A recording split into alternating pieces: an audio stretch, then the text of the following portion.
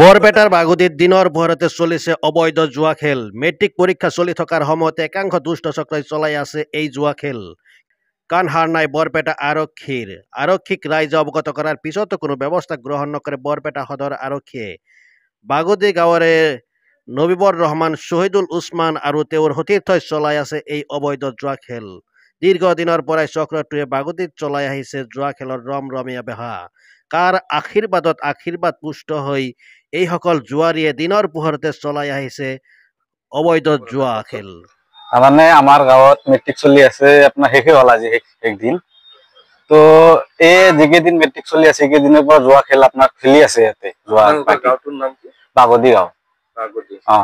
তাৰমানে ইহঁতক আজি মানা কৰিব গৈছিলো মই, মোক বেয়াকে অপমান কৰি দিলে আজি। আজি শেষ দিন মোক বেয়াকে অপমান কৰি দিলে ইহঁতে। মানে ইভাগে মোক মাৰবা খুজিছিল। মেট্ৰিক পৰীক্ষা চলি আছে আৰু জুৱা চলি আছে। মোক কব গৈছো, মানে মানা কৰিব গৈছো, মোক মাৰি আছিল ইহঁতে, মাৰবা খুজিছিল। প্ৰশাসনক আপোনালোকে জনাইছিল? প্ৰশাসনক আমাৰ ইয়াতে হেৰি আছে, ছাৰে আছে, ছাৰক কৈছিলো, ছাৰে কৈছে আমিতো এতিয়া মেট্ৰিকৰ ডিউটিত আছো, আমি এতিয়া একো কৰিব নোৱাৰো এনেকে কৈছে।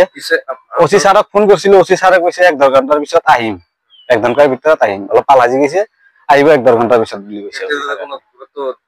দিয়া নাই এতিয়ালৈকে, দিয়া নাই। আপোনাৰ আজি 1 মাহ মান হল চলি আছে, এনেকে চলি আছে। আৰু ঈদ আহি আছে, ঈদৰ পিছতো আমাৰ বাগদিত যোৱা চলিয়ে থাকে এনে দাইজ। আৰু এই পাৰ্টিটোৱে চলাই থাকে।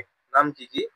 নাম আছে আপোনাৰ ইয়াতে নবীবৰ ৰহমান, নবু বুলি কয় গাঁৱৰ মানুহে, নবু বুলি কয়। আৰু আপোনাৰ নবু আছে, সত্তৰ মেকাৰ আছে, শহীদুল আছে, আৰু আপোনাৰ হেৰি আছে উছমান আছে, বহুত কেইটা মানে 7-8 জন আছে এনেকে মানুহ। দেলুৱাৰ আছে, দেলুৱাৰ। ইয়াত চব কেইটা মিলি পেলাই মানে 5,000 জমা কৰি পেলাই তাৰপিছত মালিক হয় তাৰমানে ইহঁতে। খেলি আছে। ইহঁতৰ কামে মানে এইটো খেলাই, জুৱা খেলা অকল। ডাচ টাচ আৰু কিবা ইত্যাদি, লুডু চুডু কিবা কিবি চব ইত্যাদি ইহঁতৰ জুৱা খেলা কাম। মেট্ৰিক পৰীক্ষা চলি আছে আৰু ইবাগে খেল চেল চলি আছে। বাজাৰৰ পশ্চিম ফালে। লোৱা নাই। মাৰিছিলো আহিব বুলি কৈছে। অসমবাসী ৰাইজক এইটোৱে জনাও কি যে আপোনালোকে চাওক, এতিয়া সকলো জাগাত যোৱা বন্ধ হৈ আছে, আমাৰ অকল বাগদিতে যোৱা চলি আছে। বা এইটোৱে আমাৰ